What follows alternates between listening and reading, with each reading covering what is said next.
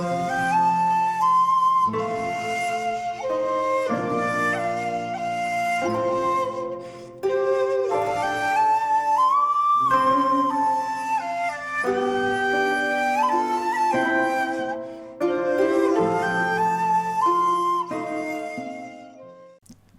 there, this is Solitary Ronan from Solitary Ronan Films, and welcome to part 2 of my favourite 50 film directors. This is directors 25 to number 1, and this is kind of ranked. First of all, a couple of housekeeping items. I completely forgot a director who would be in my 26 to 50, but he'll have to wait till next year if I do updated rankings. I just want to apologise to his family and friends for completely forgetting him. And I completely forgot a director who is in my top 25, which is completely unforgivable. So there is 2 directors, excuse me, I'm so emotional about completely forgetting them. There's 2 directors at number 25.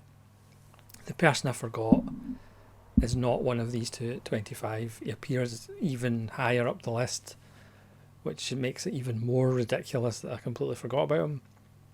So the top 25 actually has 26 directors in it. So in part 1, I mentioned there's a couple of directors in the top 25 that I haven't seen their films for a while, but the effect their films had on me when I was younger means they're still in the top 25, and they probably might be higher if I ever get around to rewatching all their films, but both of them have made a lot of films. But just a little reminder, this is just a little bit of fun, and if your favourite director isn't in my favourite 50, it's probably because I haven't seen enough of their films, because after all I've been wasting my life watching other films. So as I say, at number 25, or one of the directors at number 25, is Louis Brunel. The Exterminating Angel, Discreet Charm and the Bourgeoisie are probably the films that I've watched the most. But again, got a wonderful Studio Canal box set to get through. Again, I watched all these films probably 30 years ago, and I really need to revisit them. But from L'Âge d'Or and Chien Andalou, from his Mexican films in his later career, just so subversive, anti-establishment.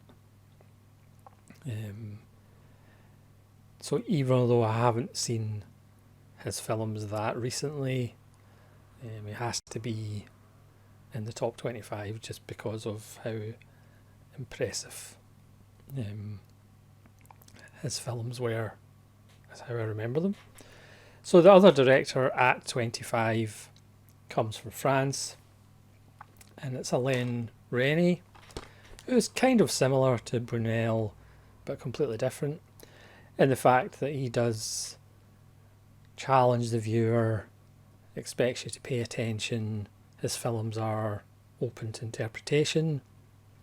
Again, I'll bring up my favourite Resnais film. As I've said, at some point I'm actually going to try to do maybe my favourite 100 as a response to Sight and Sound, which obviously will be ridiculous to do, but I might try it anyway. But the Resnais film that would be, it's probably one of those films that's in this theoretical top 10 is My American Uncle from 1980. I absolutely adore this film. For me, it's an absolute masterpiece, and I have the wonderful Mike Hodges to thank for it, because he introduced it on Film 4, which was the first time I'd seen it, and it just blew me away. So if you haven't seen My American Uncle by Alain Resnais, you really need to. Obviously he did Je t'aime, which is a wonderful time travel film, which you can see some Cronenberg in Je t'aime as far as production design. Muriel, which I don't claim to understand because I'm not the brightest bulb in the mattress. So Night and Fog, you can watch Shoah and Night and Fog, one really long, one really short, but equally as powerful. Of course, Last Year in Marienbad, which is, as I've said plenty of times before, arguably the greatest edited film in cinema history. Does that have a 4K? Maybe it should. So Alain Resnais, I still actually have some of his films in my backlog to watch, but he has to be tied for 25. So at number 24 is the only modern filmmaker in the top 25, originally from Greece, but he has went into English language. For me, he's one of the few, if you want to call him English language, as I said, he's from Greece, filmmakers who has a chance, just a chance though, for 50 years from now for people to be talking about him and his work. And that is Yorgos Lanthimos. The thing I love about Lanthimos is he doesn't explain stuff. His latest film that will be coming out is apparently from an unfilmable novel. Kineta is just a wonderful debut. I do have his kind of debut. He co-directed a kind of comedy with somebody else, and there's elements of Lanthimos in it, but it's not true Lanthimos. Kineta is true Lanthimos. Then Alps is absolutely wonderful, about a disparate group of people who provide a service for those who have lost loved ones. Then his festival breakout Dogtooth. I actually prefer Kineta and Alps to Dogtooth, but Dogtooth was the one that kind of got him some attention. And then The Lobster, which might be my favourite film in the 21st century. Just absolutely sublime. Colin Farrell is wonderful in it. Then The Killing of a Sacred Deer with Colin Farrell, who is wonderful in it. Again, very Kubrickian. And The Favourite, which again, very Barry Lyndon, Kubrickian, and The Favourite is fantastic. So Lanthimos, for me anyway, does have a chance. Obviously we don't know what his career is going to turn into, but definitely has a chance to be looked at 50 years from now as one of the great directors of the 21st century.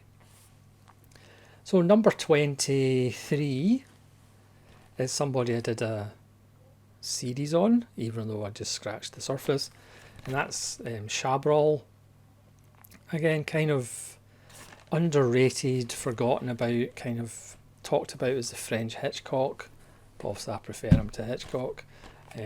These are two Arrow DVD sets, and then Arrow was very kind to do two Chabrol box sets of his later films on Blu-ray.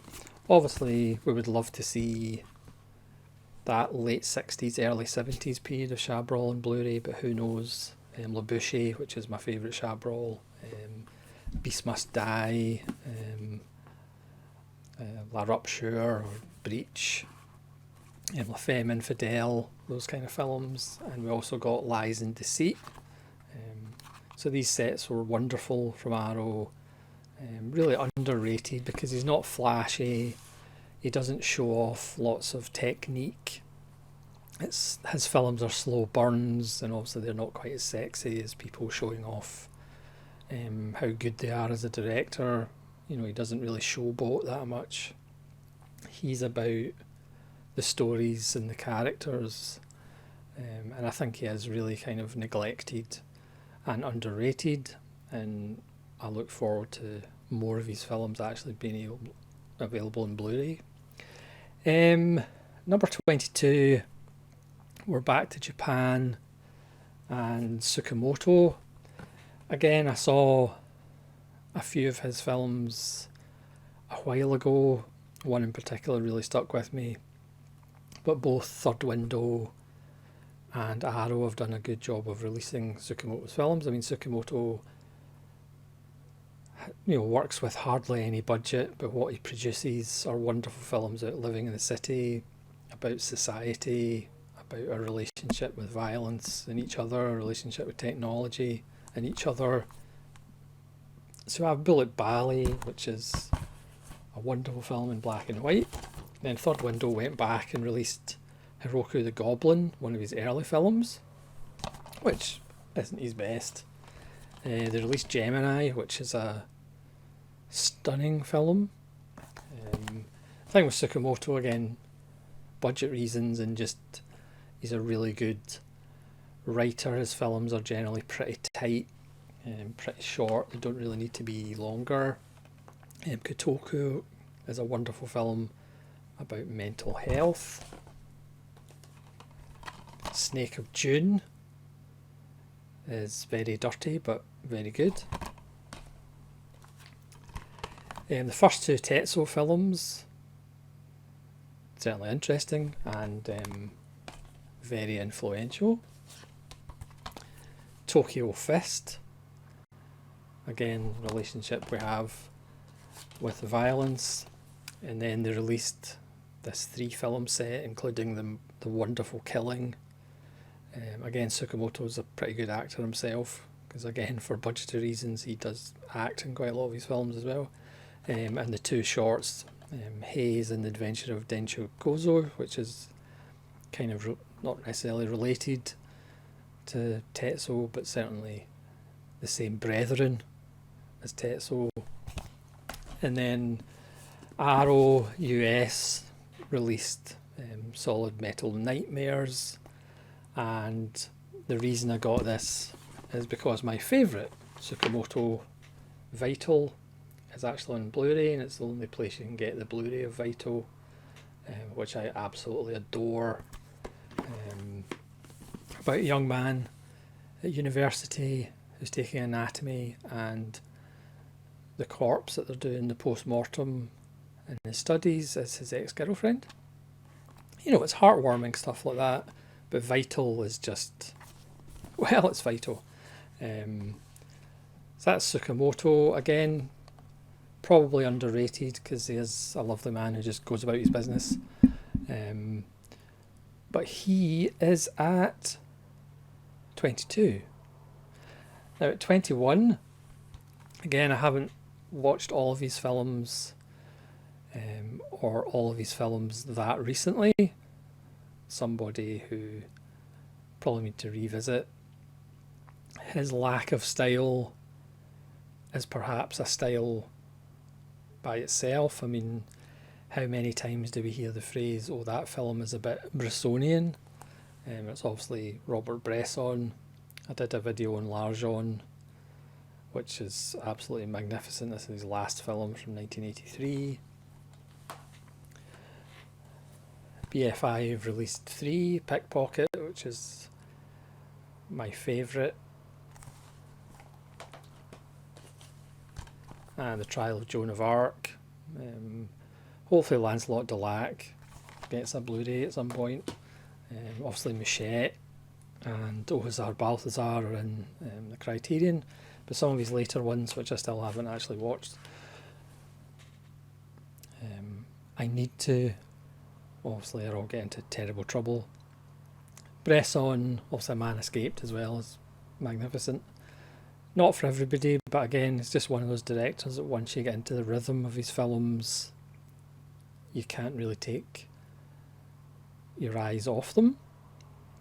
So at number 20 is the other director that I really haven't seen his films for a while. He's had 2 just magnificent careers which combine into one amazing career, like a huge big transformer. and it's Werner Herzog. Now, Aguirre Wrath of God, whenever I feel down, I put this on because it's lovely. And his remake of Nosferatu are probably the two that I have watched over and over and over again. But I do need to watch all these other ones again. But again, because of the effect they had on me when I was a lot younger, he is in the top 20, and he might be higher if I ever get around to watching his films again. Nobody's like Herzog, and again, his documentaries that he's done in the second half of his career, some of them are just jaw-droppingly good as well. Plus, he's a fantastic actor. The only reason I have a Blu-ray of Jack Reacher is obviously for Herzog. Who knows, I might even get the 4K just for extra Herzog clarity. So at 19 is a director that probably used to be higher. There's quite a few of them in this. Didn't make that many films. If I'm being honest, I don't watch his films that much or that often as I used to. But his images are so powerful that sometimes even when you're sleeping, the images still come into your head. Trickling water, greens and browns. It's Tarkovsky. Didn't make many, but left us with films that you don't forget. They're burned in the retina of your mind's eye. Ivan's Childhood. It's beautiful black and white. Mirror. Tremendous. Nostalgia. One of my favourites, I think, is really underrated. The Sacrifice. Possibly my least favourite, but again, probably need to watch it again. Solaris. And Stalker, which I also have in Criterion. Again, just images that you don't forget. You know, the last image in Nostalgia is just gobsmackingly profound. But again, Tarkovsky probably not as high as he used to be. At 18, a director that's higher than he used to be. Famous for his touch, but not in a Me Too type way. It's Ernst Lubitsch. This is the perfect shop around the corner, and I use the word perfect because it's perfect. Trouble in Paradise, which as far as I'm aware doesn't have a Blu-ray, which is ridiculous. This is a Eureka DVD, hopefully they fix that. This is just about perfect. To Be or Not to Be, another one of the films that's in the argument for my favourite film of all time. This is as perfect as Carol Lombard. Bluebeard's Eighth Wife, which is coming out on Eureka in the UK. Again, this is almost perfect. Gary Cooper does comedy, but he's actually pretty good in it. David Niven's in it as well. Ninotchka, which again is almost perfect. Eureka has a set of his early silence.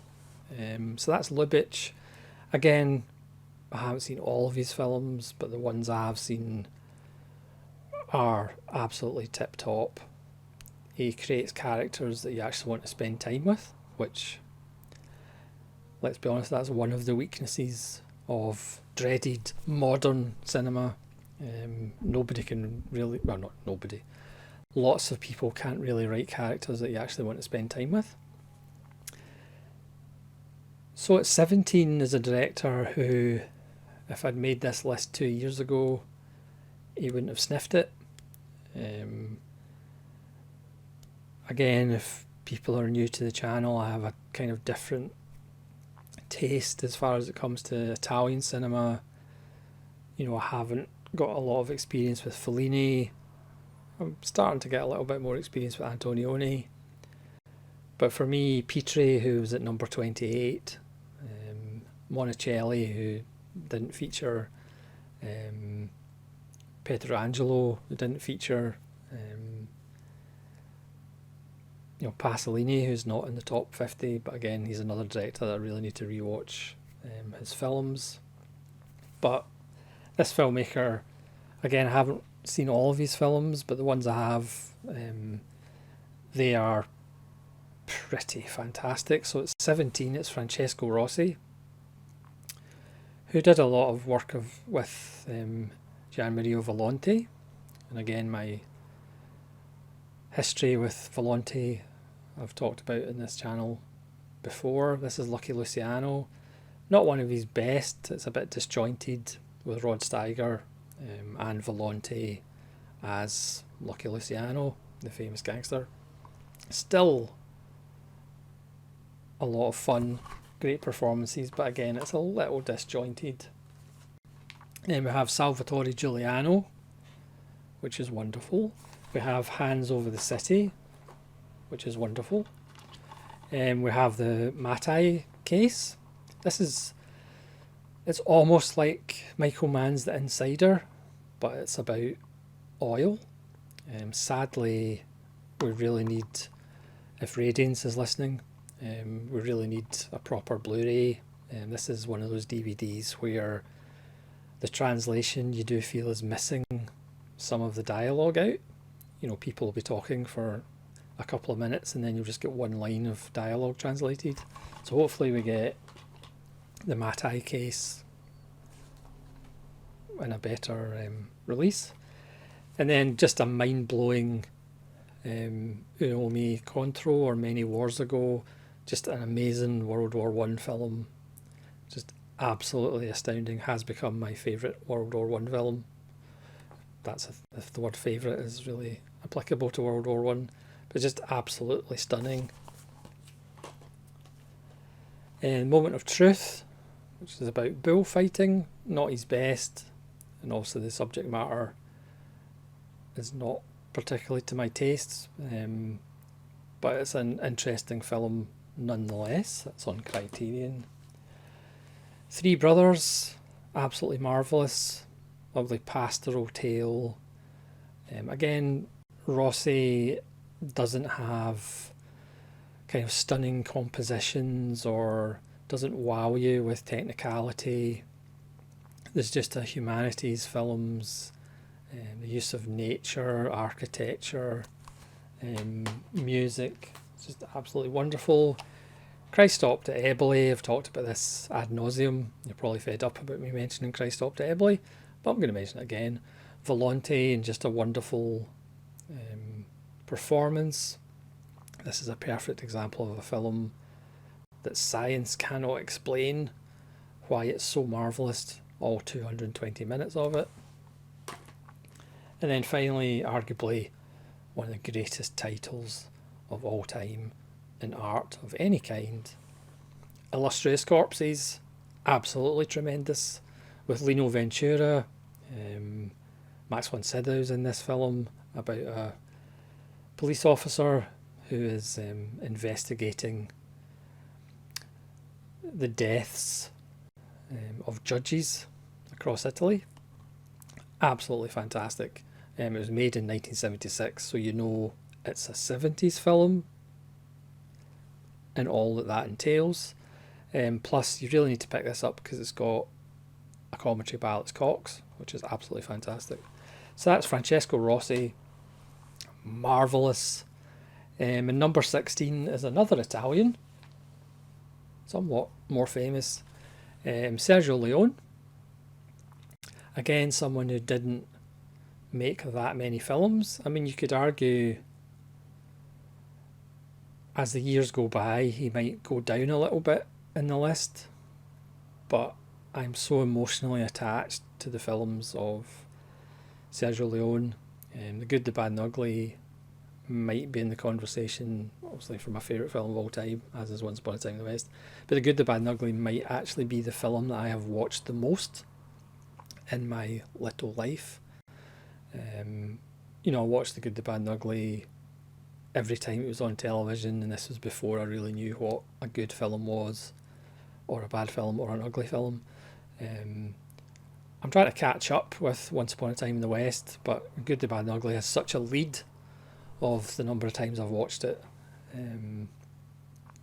So Leone, you could argue, is a little bit high nowadays, but I'm just so emotionally attached to Sergio Leone.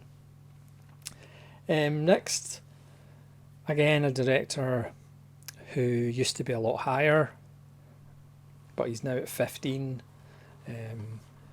It's Stanley Kubrick. You may have heard of him. Again, do I watch his films that often? Probably not. But it's maybe because I watched his films so much between the ages of 15 and 40. And there's a couple of them I still watch fairly religiously. One of them is Doctor Strangelove. And that's a box set. Granted, as I have recently become 4K, I definitely will be getting some Kubrick 4Ks, let's be honest. Why pretend? But again, he's at 15 because he has kind of dropped down a little bit. Obviously films like 2001 are just jaw-dropping. Doesn't matter how many times you watch it. 2001 still has a sense of awe when I watch it that other films just don't have. So obviously it might offend some people to have Kubrick at 15, but he's still good. At 14 was the director that I completely forgot about when I first made the list, and was suitably felt really bad about it. It's Takeshi Kitano, Violent Cop. I remember seeing Violent Cop for the first time and just thinking, what is this? Such a breath of fresh air. He's criticised for perhaps being a one-trick pony. I think that's unfair. A Kitano film, a Kitano film. The editing, the use of music, the sense of pace, the black humour.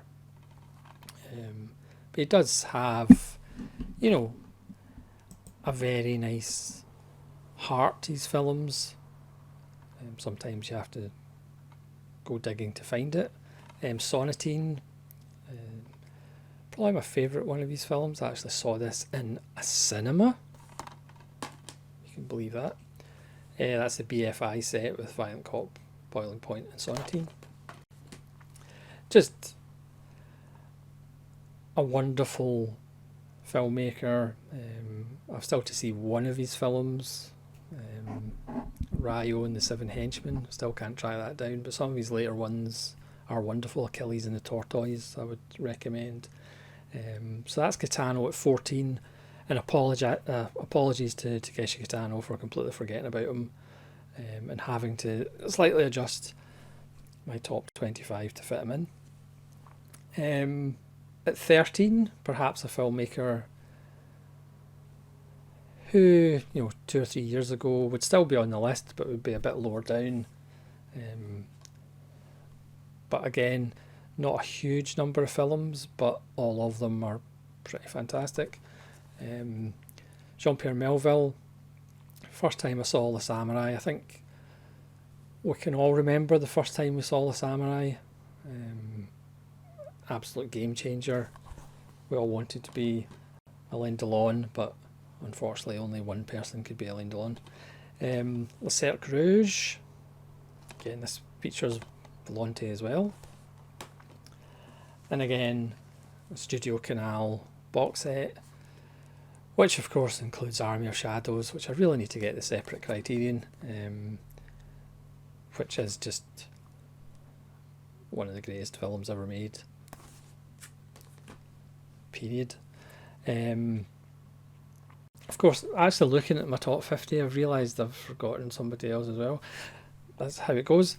Next year will be different. I'll remember everybody next year. So at 12 is Orson Welles. Again, with Orson, you know, people talk about all the films he didn't make, and obviously Magnificent Ambersons was chopped up, and a lot of these films were kind of messed about with, but we have to kind of be thankful for the Orson Welles films we did get. Shot composition, he's right up there with Kubrick and others who are on this list as well. Sergio Leone for shot composition and framing the camera. Othello, perhaps my favourite, The Trial. Orson Welles is another director that'll probably invest in some 4Ks, because again, black and white cinematography, get a grip. Touch of Evil, which I believe has a 4K from Kino Lorber, just wonderful. A film that actually sums up Orson Welles. He was some kind of a man. And Chimes at Midnight, which took a long time to get a decent release. Absolutely beautiful film. Took a long time for me to actually watch it eventually. At 11, Saijit Ray, another director I did a series on, but not enough, because a lot of these films you can't actually get on physical media or streaming. Charulata on Criterion, which is a masterpiece. Devi on Criterion, which is just about a masterpiece. Saijit Ray, Oh the Humanity, such an intelligent filmmaker, no training, but had just a natural eye for compositions, the power of nature, you know, human behaviour. You know, Saijit Ray films teach you that we're all the same, it doesn't matter where we are in the world. Just beautiful, noble, humanistic films with a sense of humour. Tremendous, tremendous stuff. Now we're getting into the top 10. At 10, a filmmaker you could argue is maybe a little high for some people, because he is American. But when you actually go through these films, they're rather good. It's Michael Mann with Thief. Miami Vice, which is absolutely brilliant no matter what anybody says. And of course, my favourite Michael Mann, Manhunter, the definitive Hannibal Lecter film. But I finally found it. This is my Manhunter European VHS cut, which is for me the definitive cut. You know, the director's cut is close, but they add 2 scenes that are a little bit unnecessary.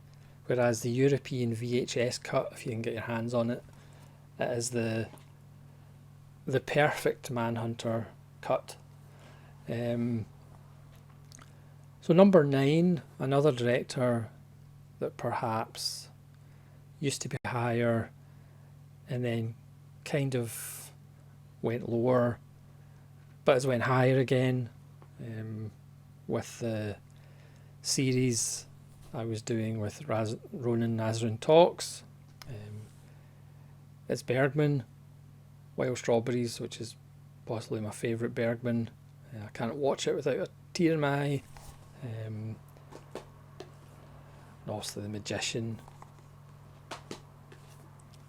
Cries and Whispers, and many other films. Yes, I have the Criterion box set.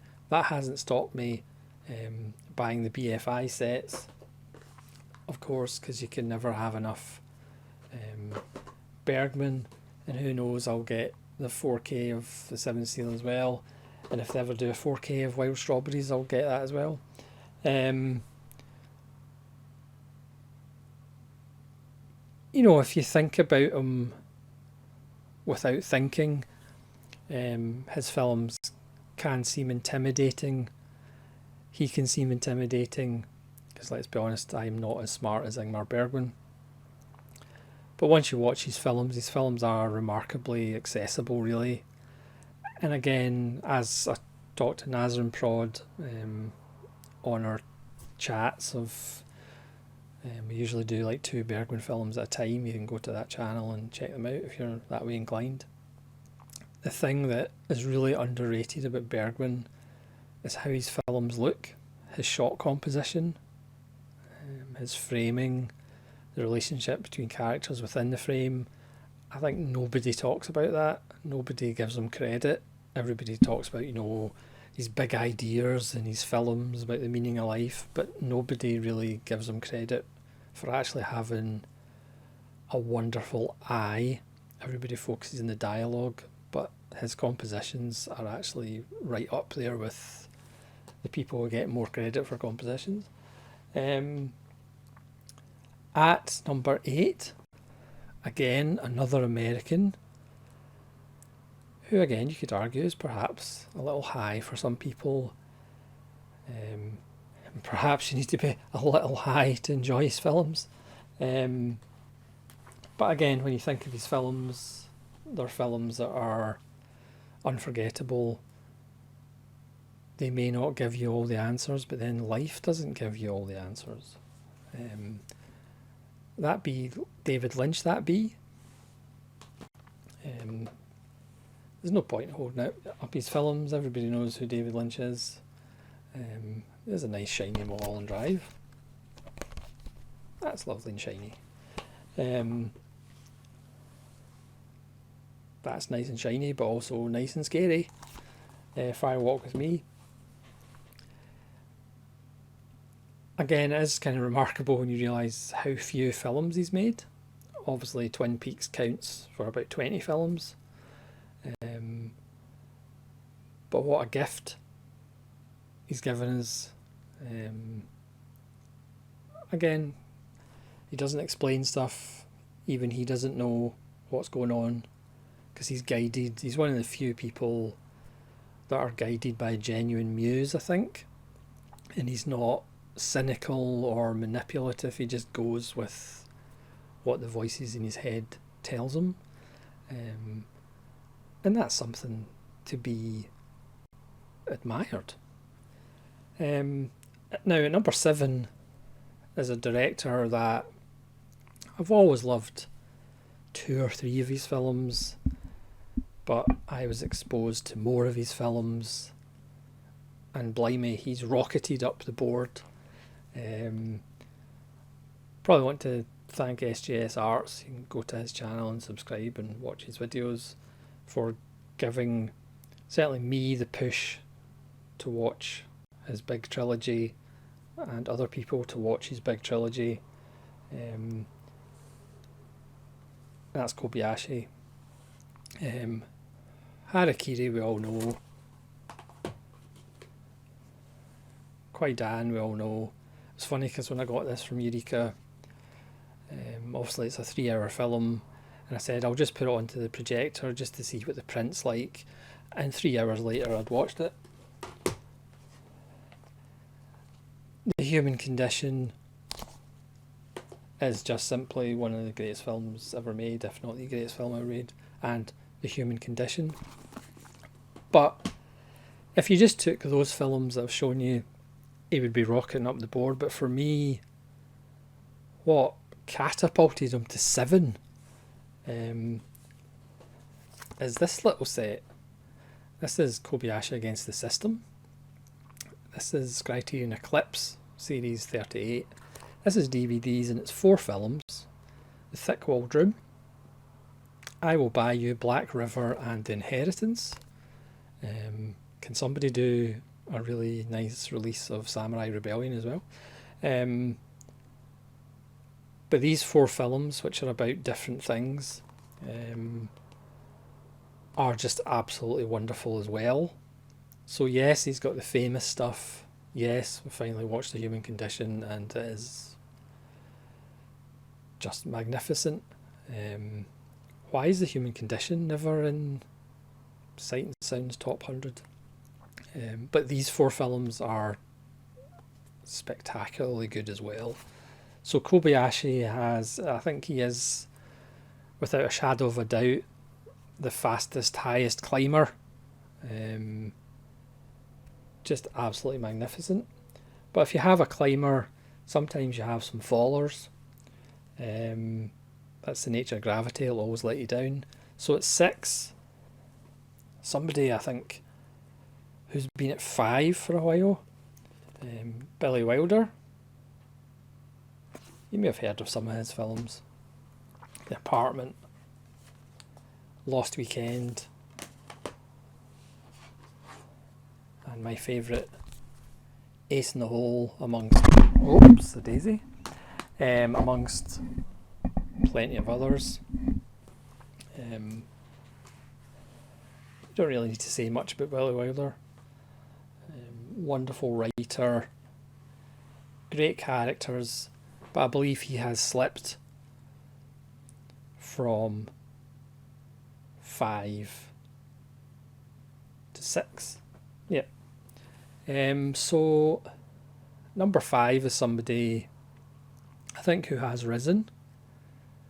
He was always in my top 15, but I just think the older I get, the older he gets. The fact that he's always been ahead of the game. He's just super smart. His films are super smart, but he never says, "Hey, I'm super smart." And his latest film, after a few years off, was just an absolute stunner. In March, he starts another one. So for me, he's climbed as well. Perhaps not as comet-like as Kobayashi, but at number 5 now is Cronenberg. His films have always been ahead of the game. He never gets the credit for being so influential, because his films are transgressive. His films make people feel uncomfortable, the way art should. Crimes of the Future is the best film of 2022, even though I think I only watched about 4 films from 2022, but it's the best film of 2022 that I saw. It's just, I've seen it about 4 times now, and it's just absolutely wonderful. Obviously Crash, I think I've now got 4 editions of Crash, and guess what, I'm going to get it in 4K. And Dead Ringers, the hits. Cronenberg is just so good, and at some point people will actually realise that he's one of the greatest filmmakers to have ever lived. At 4, I think still keeping his place at 4 is John Sayles. I'm not going to go on about John Sayles, but I'm certainly not going to go on about John Sayles in physical media. Can we have some Blu-rays, please? I know John Sayles might not be within Radiance's wheelhouse, but a John Sayles box set would be lovely.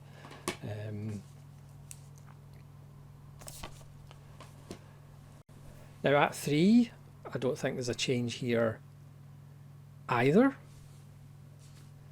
It's Shazlovsky. It might be melodramatic, but I still haven't got over his death. His films mean a lot to me, and every time I watch a Shazlovsky, I do get a little bit emotional.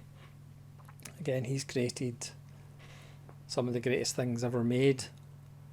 Decalogue, forget about it. Well, don't forget about it, because it's really good. But this is where there has been a change at the top. I didn't think it would happen, but sometimes you have to be objective. Sometimes you have to, think with your brain a little bit more. I know I could certainly do that. But at 2, down from number 1, is Kurosawa. Yes, I know shockwaves will be felt all the way around this room. Kurosawa has fallen from my favourite director of all time. Christopher Nolan's just too good. No. I mean, look at these films. It's absolutely, utterly tremendous body of work. Again, I honestly will be doing the Kurosawa after Mifune season, at some point. Kurosawa is still magnificent. He's still, for me, the greatest at shot composition, framing, characters in the frame, the relationship to each other. He's still the daddy, even though Kubrick and Orson Welles and Leone and Bergman give him a run for the money. But at number 2 is Kurosawa, falling from the top spot. So at number 1, not Christopher Nolan, again, a director who was in the top 5 and has been in the top 5, but I think I can't deny him the top spot anymore. Now, obviously, he has a famous collaborator. The films that this duo are famous for were part of collaborations, there's no doubt about that. But this director surrounded himself with top cinematographers and production design. And it's obviously, if anybody wants to guess at home, it's Michael Powell, the greatest British director of all time. It's not Alfred Hitchcock or David Lean or Danny Boyle. It's Michael Powell. Films that other people just weren't doing at a time when other people wouldn't even consider doing what Michael Powell was doing. Even their films that were smaller in budget and supposed to be normal films are just spectacular. I mean, Black Narcissus, Let's Go to India, but let's not. Let's Go to the Himalayas, but let's not. David Farrar in Shorts. Red Shoes, and one of my personal favourites, Spy in Black, which I absolutely adore. The writing of Pressburger, yes, there's some things that, some dialogue that has aged perhaps in the passage of time, but the visuals, the ideas, their films are remarkably fresh, wonderful stories. I haven't listed them all, but they had a run that is pretty much better than anybody's run.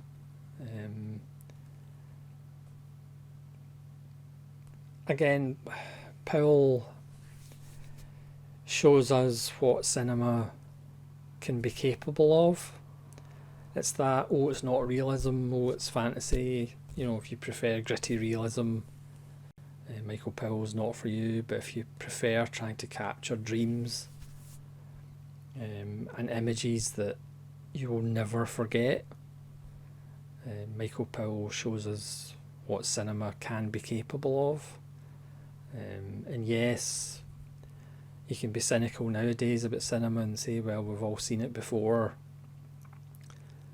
But Michael Powell films contain magic that we haven't seen before, and magic that we'll never see again. There'll never be another Powell and Pressburger. There is only one Powell and Pressburger, and thank goodness that we have their films restored. Not enough on Blu-ray. We need some more on Blu-ray, thank you very much. But these films could easily have been lost. Obviously, Winston Churchill didn't want Life and Death of Colonel Blimp to survive.